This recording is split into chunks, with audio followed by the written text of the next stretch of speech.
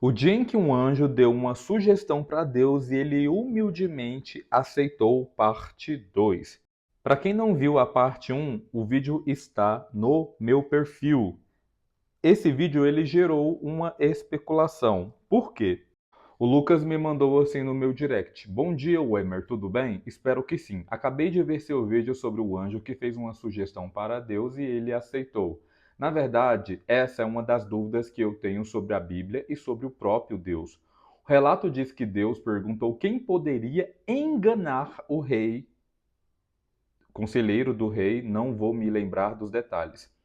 E a minha dúvida é: isso não vai contra o caráter e a justiça de Deus? Só deixando claro que eu sei que deve ser um erro no meu entendimento, porque o Altíssimo não tem e nem comete erros. Eu apenas quero compreender o sentido do texto e saber como esse relato se harmoniza com o restante da Bíblia. Desde já, eu agradeço.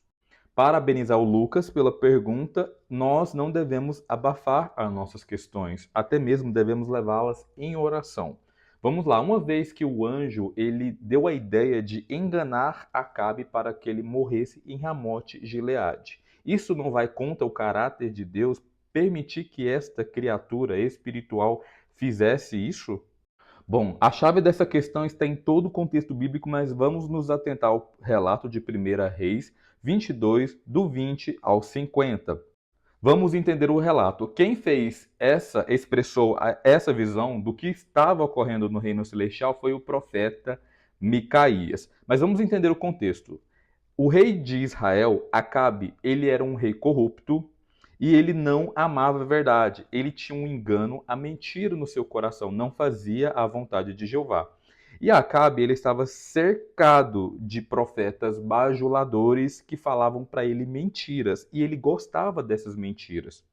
Acabe, junto ali com o rei de Judá, Jeosafá, eles tiveram a ideia também de chamar o profeta Micaías. Só que Acabe ele disse o seguinte: eu não gosto do profeta Micaías porque ele só fala coisas ruins a meu respeito. Ou seja, o rei de Israel, Acabe, corrupto, só gostava daquilo que lhe fazia cócegas nos ouvidos, que não lhe agradava. Ele gostava de se enganar. Todos os profetas falsos que cercavam ali Acabe diziam para ele que ele ia ter uma vitória na conquista ali, na campanha militar contra Ramote Gileade. Mas eles queriam ouvir o que Micaías ele tinha a dizer.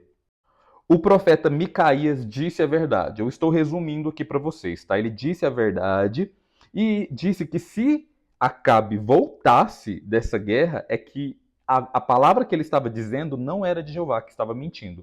Acabe ele ficou furioso com essa previsão exposta ali por Micaías. Note, Acabe ele tinha ali vários profetas, se eu não me engano, 400 profetas mentindo para ele, dizendo que ele ia ser bem-sucedido, que ele ia conseguir. E um profeta, Micaías, falou para ele a verdade, que ele não ia ser bem-sucedido, os soldados seriam espalhados, ele nem voltaria. Ele mandou prender Micaías e disse que era para manter ele preso até que ele voltasse em paz dessa guerra. Micaías disse: se você voltar em paz é porque a minha palavra é mentirosa.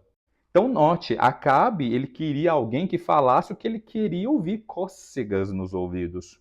Ele já tinha o engano, a mentira no coração. Então, o que foi feito por Jeová por meio ali do Espírito que deu ainda a ideia? Então, eles usaram a mentira e o engano que Acabe já tinha no coração. Mas espera aí, Wemer, você está me dizendo que Deus ele usa características ruins dos corações das pessoas para fazer também a sua vontade? Sim. Um exemplo disso é a armadilha que foi feita para Faraó ali junto ao Mar Vermelho. Deus ele colocou os israelitas, pediram para eles acampar num lugar ali praticamente fechado, que aparentemente não tinha saída. A única saída, no caso, seria ali pelo mar. Deus ele já sabia do endurecimento do coração de Faraó. Ele disse assim, ó: deixarei o coração de Faraó ficar endurecido ele os perseguirá. Ele sabia que Faraó ele tinha essa característica e iria perseguir os israelitas atrás deles ali, até mesmo quando ele abrisse o mar para eles passarem. Isso foi uma armadilha. O mesmo se dava com Acabe. Ele tinha um coração que gostava do engano, enganoso. Não foi Deus que fez o coração de Acabe enganoso, mentiroso, mas ele escolheu ser enganado, ser adepto da mentira. Deus usou algo que Acabe já tinha ali no seu coração. Ele apenas deixou, né, com que Acabe e não só manobrou as questões para que Acabe acreditasse na mentira do seu próprio coração. É tanto que Deus usou o profeta verdadeiro ali, Micaías, para expor para eles o que realmente iria acontecer. Esse relato ele está em perfeita harmonia com 2 Tessalonicenses 2, do 10 ao 11, que diz assim: Mas a presença daquele que viola a lei se deve à atuação de Satanás, com toda obra poderosa, com sinais e milagres mentirosos, e com todo engano injusto para os que estão a caminho da destruição, em retribuição por não terem aceitado o amor à verdade para que fossem salvos. É por isso que Deus deixa que uma influência enganadora os iluda, de modo que acreditem na mentira, a fim de que todos eles sejam julgados, porque não acreditaram na verdade, mas tiveram prazer na injustiça. Então, olha o que o texto diz. De modo que Deus deixa que uma influência enganadora iluda as pessoas, de modo que elas não sejam salvas, porque elas têm amor, elas não têm amor à verdade, mas elas têm prazer na injustiça e no engano. Aqui diz que o engano ele se deve à atuação de Satanás. É exatamente quem usava ali aqueles profetas falsos de Acabe. Eles não tiveram amor à verdade. Eles não amavam a verdade que ali foi exposta por Micaías da parte de Jeová, mas tiveram prazer na injustiça, na mentira, no engano, algo que já estava neles. E isso se dá também hoje. Quando uma pessoa ela tem amor à injustiça, à maldade, ela não gosta da verdade, Deus deixa que uma influência enganadora os iluda. E muitas das vezes nas escrituras, esse deixar permitir da parte de Deus, ele atribui para si como se ele mesmo tivesse feito.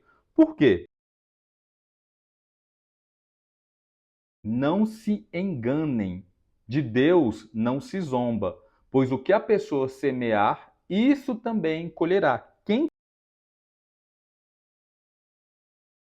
Então, as consequências dos atos, elas acabam tendo a mão de Deus no sentido, preste atenção, no sentido de por quê? Que ele que criou a lei do retorno.